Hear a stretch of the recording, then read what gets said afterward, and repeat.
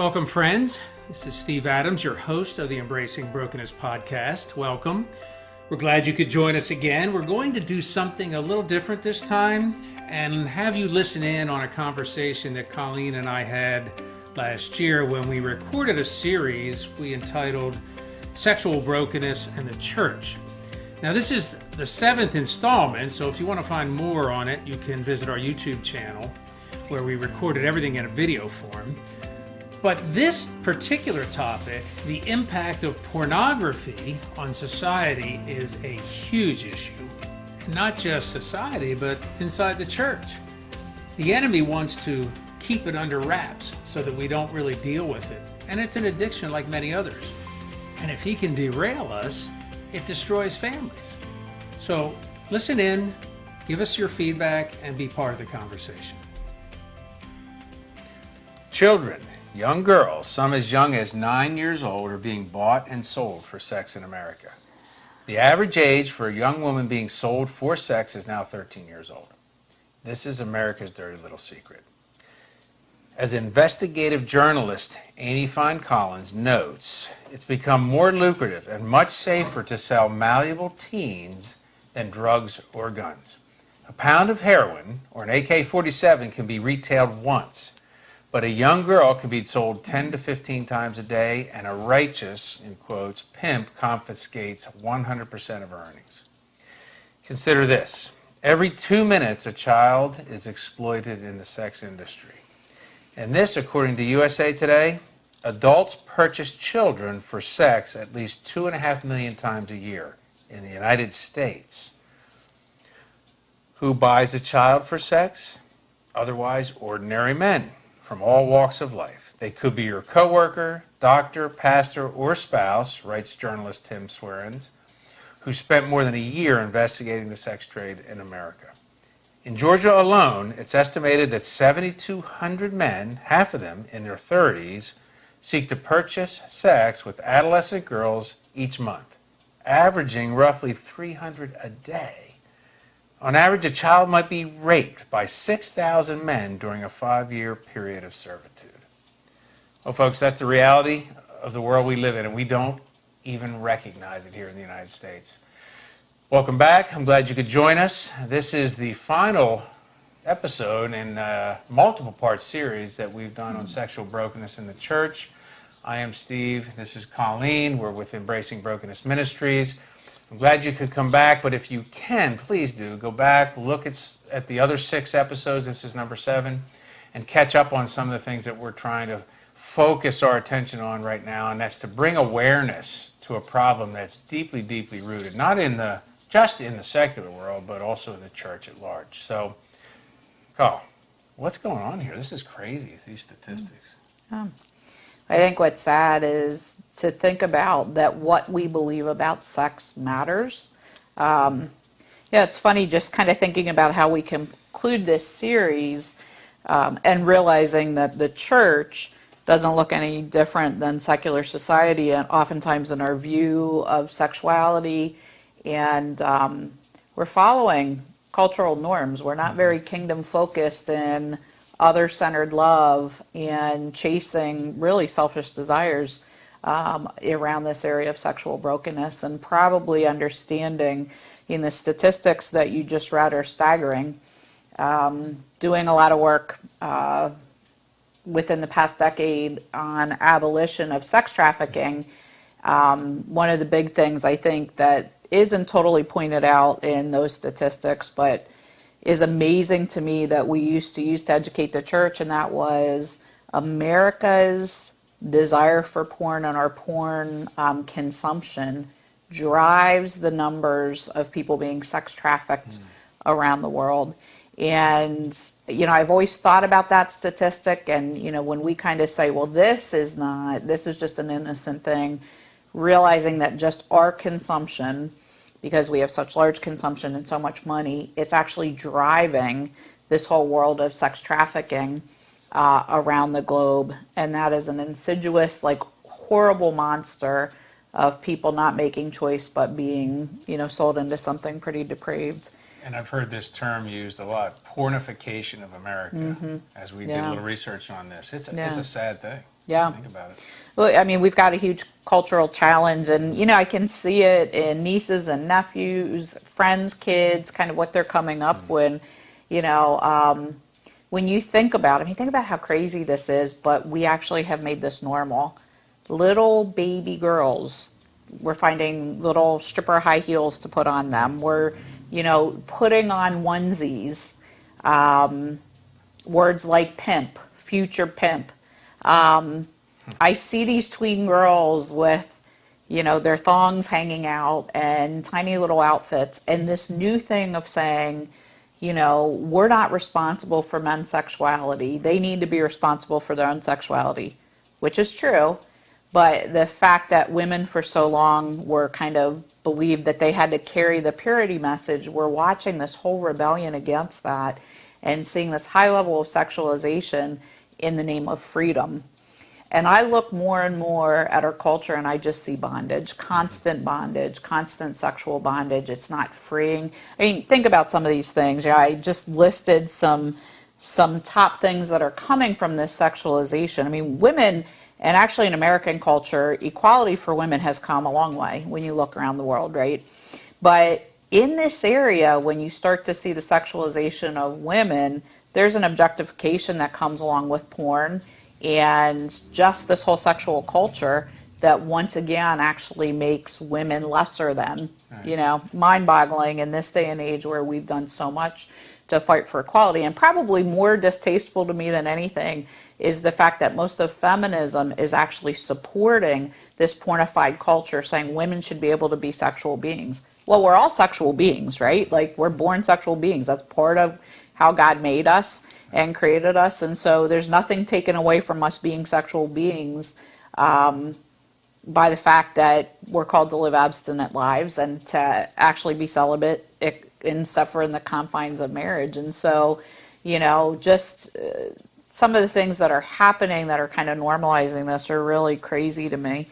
But I think, as I look at porn, I mean, think about some of these things. Erectile performance, we're starting to see erectile dysfunction greatly related to porn and masturbation, and the ability for men to not even be able to function in normal sexual ways because of changes in their brain that are coming from this. We're seeing disruption in adolescent brains because so many of these young kids before the age of 13, both male and female, are actually looking at porn, and their brains are very plastic, so they're changing rapidly in line kind of with this new drug that I call porn. We see this huge link between pornography and sex trafficking, as I noted the statistics there, around the world. We know, for example, that countless women have been kidnapped, abused, drugged, threatened, and coerced into doing porn. And yet we still try to make this a thing where people were choosing to do this, and it's a fine industry. But I think one of the things we haven't talked about is the whole role of pornography even in trafficking. A lot of times trafficked victims, young children, now you're hearing the statistics, age of 13 is the average age that kids are being trafficked, which means kids as young as 8, 9, and 10, it's not uncommon for them to be trafficked. In fact, one of the rings that was just recently broken up in the United States, when they interviewed some of the kids that were pulled out, they were describing the 3 cohorts of kids that were being trafficked. The first group was toddlers to age 4. Crazy.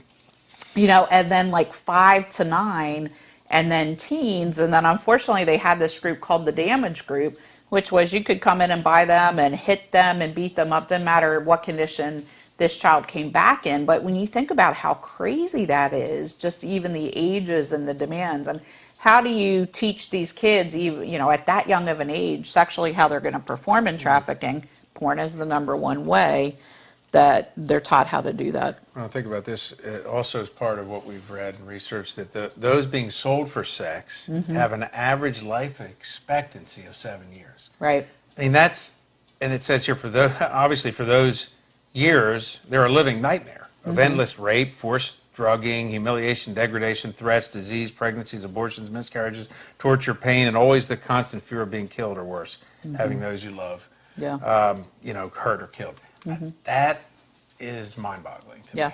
And we don't understand. I think a big part of this is just beginning to educate ourselves more as to what is actually happening in the world around us. We ignore it. I didn't know most of this until we started to do the research. Yeah. I think one thing that's interesting about you, even as we've talked through this in the last number of years, and some other friends, one of my friends, Susan Vigliano, I'll never forget, when she said the reason she got into the battle of abolition work was she looked at her little daughter, and God clearly said to her, they're all Elizabeth. I mean, they're all your daughter.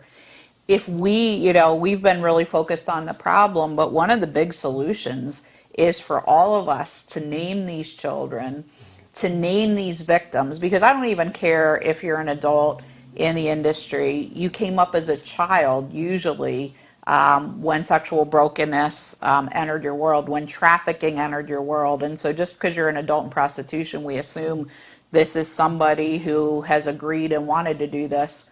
But they usually were the 13-year-old who just grew into it and knew no other way or what to do. And if each of us could say, that's a brother and sister in the Lord, that is a child, that could be my child. Right. You've often said, and I love hearing you say this to men, what if that was your daughter? What if that was your sister? And people will say, oh gosh, I'd never do it if it was somebody related to me. But yet this other person, that we can just make less than human, it's okay. Like that objectifying of a person, start to make it real. I think it's a great point. Like, what about if that were your daughter? How would you look at this situation? That person is somebody's daughter. Absolutely. That person is someone who came into this world never expecting to be put and exploited to put on a screen for somebody else's pleasure. Right. It is far beyond what God has taught us as to who we are as His kids. Yeah. And so as believers, we have to understand there are solutions. I think there are ways through this. But first we have to recognize the crisis that we're up against. Yeah. And we have to warn those among us that this is a real deal. Like this is, we've got to be looking out for. A lot of these kids are kidnapped, they're stolen away, they're sold somehow or another. I know there are certainly parents that are guilty of abuse and putting their kids in this situation. But there are most that didn't opt in. They just didn't opt into this. So we have to find solutions for us as believers, especially, like what is our role here? I think that's a question we'll want to even address here. But to your point, we have to identify and make the person real. It's not somebody behind the camera, in front of the camera. Right. And I think hopefully what everybody has heard through this series is there are countless victims here. And we try to figure out, well, who would those victims be? Because again, we've shared at different times when we're dealing with somebody who's struggling with pornography, they're saying to us, well, wasn't getting enough sex from my wife, so this just seemed like a really innocent way to kind of deal with this situation. And even in secular culture, I love a lot of even psychologists are saying, oh, wow, well, porn and masturbation are a good way to deal with your hypersexualization. And, that's harmless. And the reality is, what we're here to say is, no, I mean, watching porn, the people that you're watching oftentimes are victims. Just we've got to deal with the fact that there's not anybody who's a victim. I think the people watching the porn are victims, just as much as the people who are being watched are victims. Right. And then again, some of the innocent victims that we talked about in marriages, wives who have no idea what's going on and all of a sudden are feeling like there's a mistress in the bed with them, mistresses. Children are probably one of the most disheartening parts of this whole thing, to watch the implications of what's happening with porn to children. Children on the other end of child pornography, and then what that is driving, in addition to this pornified culture for children, is just creating this demand that it's okay to have sex with children. And also child-to-child sex now, because of the young age of which kids are watching pornography. Their brains aren't developed to really understand the ramifications of what they're doing, and so you've got a lot of abuse going on child to child. And I think that, what we're trying to hit on here is the societal implications, right? Right. What is happening in the world around us today?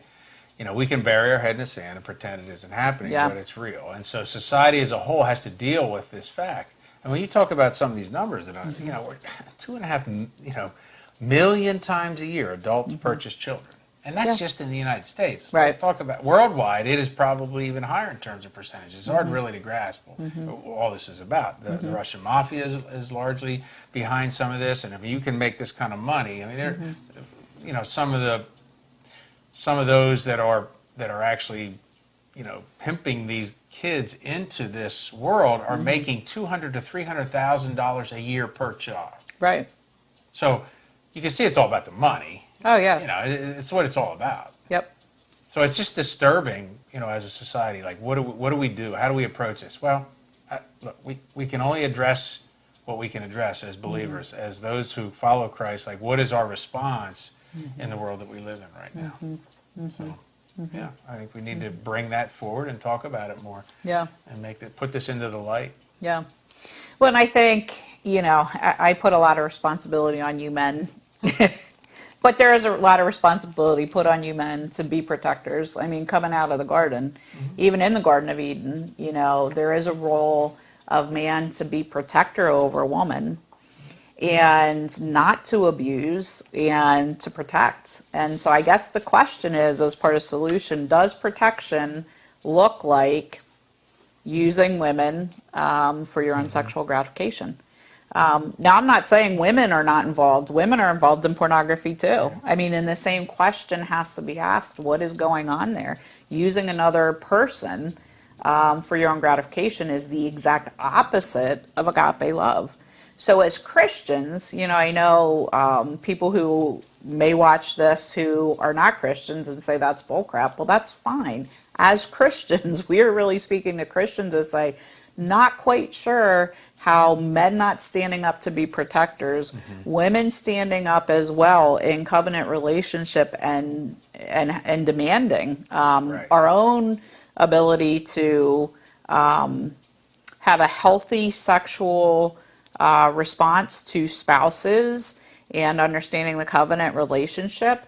And quite frankly, even addressing our own wounds. I would say one of the things, for us at Embracing Brokenness, in working with women and doing healing care groups and individual healing, I am amazed at one of the issues that comes up most frequently, which is women have been broken sexually because of abuse and things younger, and they're saying, we don't want to have sex with our husbands, So our responsibility as women to understand a pure message of what God intended in sexuality, and even to heal from the places that broke us, where our sexuality was used against us. I mean, I can talk a lot about that as a survivor of childhood sexual abuse, and just really having to press into God to heal me so that I can be whole in the context of marriage. And so I think that's another piece of a solution, is for us to really press in and understand that. And well, it's a big part of the piece of the solution, because most of what we talk about with the people we minister to are the ones that are watching here and have watched other times that we've brought content, is that unless we get underneath all of the issues that really face us, it's the house is on fire, we're dealing with the smoke alarm, pulling the battery out of the smoke alarm, when all we do is try to deal with the ism, the thing that drives us to do what we do, apart from our relationship with God. So if we can't fill that spot only designed for Him, with Him, we run to other things. Right. It's no different here. As we talk about sexual brokenness, well, pornography is a part of it. There are plenty of other things that we can look at that are part of sexual brokenness in marriage, whether it's affairs or things that we do that are really dysfunctional and weird behind the scenes to get our needs met. We have to settle on understanding what sits way underneath all of that. Like, what are the wounds, what are the traumas, what are the things in our lives that have driven us to choose this behavior over a behavior of getting those needs met, those core longings met in Jesus Christ and in our relationship with Him. And that's the ultimate solution, but that happens one person at a time. Right. Yes, we can pray for each other. We can certainly minister to each other. We can help and encourage each other. I still think that there's a large percentage of the population that don't understand where these things actually originate. Yeah. And I say population, I mean the Christian population. What drives these behaviors? You know, we think we can fix them from the outside in. I'm not saying that's not a possibility, and we shouldn't focus there at times. But until we get to that root problem of what's driving our behaviors, and really sit in the presence of the Lord, begin to generate additional intimacy with Him in a way that really matters and really connects with His heart. Until we do that, we're lost. We're sitting out here on the sidelines trying to fix this on our own. Right. It just isn't going to happen. Right. Well, you bring up a good point. I would say probably one of the most important things is to actually bring up the brokenness into the light. Other people can actually help you walk through it. And until we're willing to take the fig leaves off and be honest and be naked and vulnerable with each other and help each other with struggles. I mean, we are called Christians. If you say you're a Christian, it just means you have a commitment to do Christ's journey.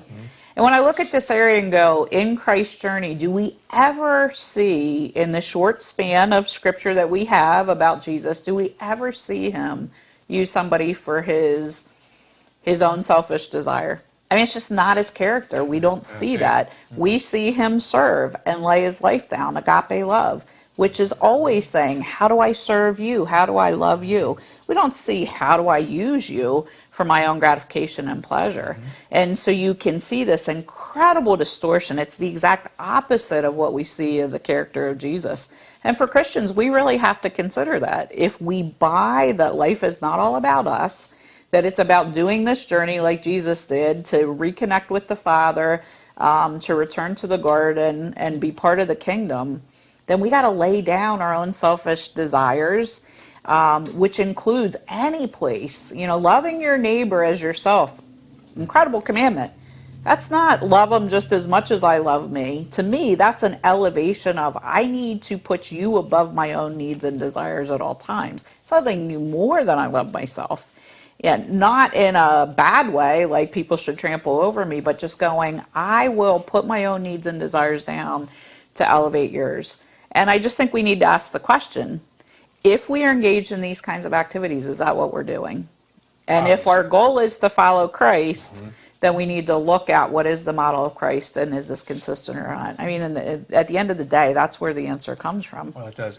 And that is not only the answer for addressing our sexual brokenness, it's the answer for addressing any brokenness that we all experience in our lives.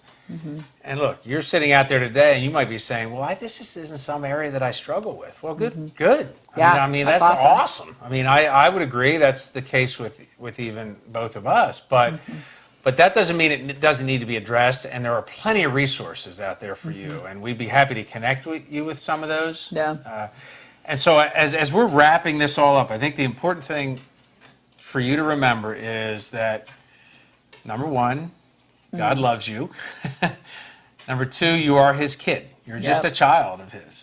And so we got to remember that sometimes as a kid, we just have to go run and be in his presence. And so being in his presence has a ton of benefits, not just in its simplest form, what Jesus called us to do. And I love the image of Jesus with the little kids coming to him. I think if we think more of our relationship with him like that than we do of a relationship where we have got to manage everything, and we've got to be the ones that decide our own fate and take control of our lives. And even as Christians, this whole works doctrine, this idea of working our way back into favor with God is one that has to be debunked, has to be set aside. And so when we're looking at these broken areas of our lives, including the area of sexual brokenness and pornography's role in that, and that's only one element, but we've spent a lot of time on it because it's so prevalent in our society today.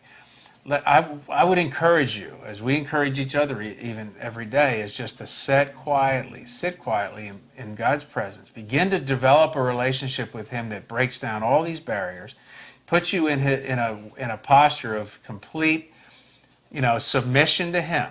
Loving him first will then allow you to love others in the way that he's called you to love them. And that would not mean objectifying someone. That means be protecting them, to your point. As men, guys, we have to step it up. Yep. As women, as our easer conegdo, which we've talked about before, someone who supports us in our marriage and our relationships, we need your help. You know, this is a joint effort. You know, the cord of three in a marriage relationship is husband, wife, and Jesus. So we have to meld that together for solutions to this problem and many other problems in the society that we live in. This was another episode of the Embracing Brokenness podcast. For more information on Embracing Brokenness Ministries, or to subscribe to our blog, podcast, YouTube channel, or engage with us on social media, please visit our website at embracingbrokenness.org. Thanks for joining us.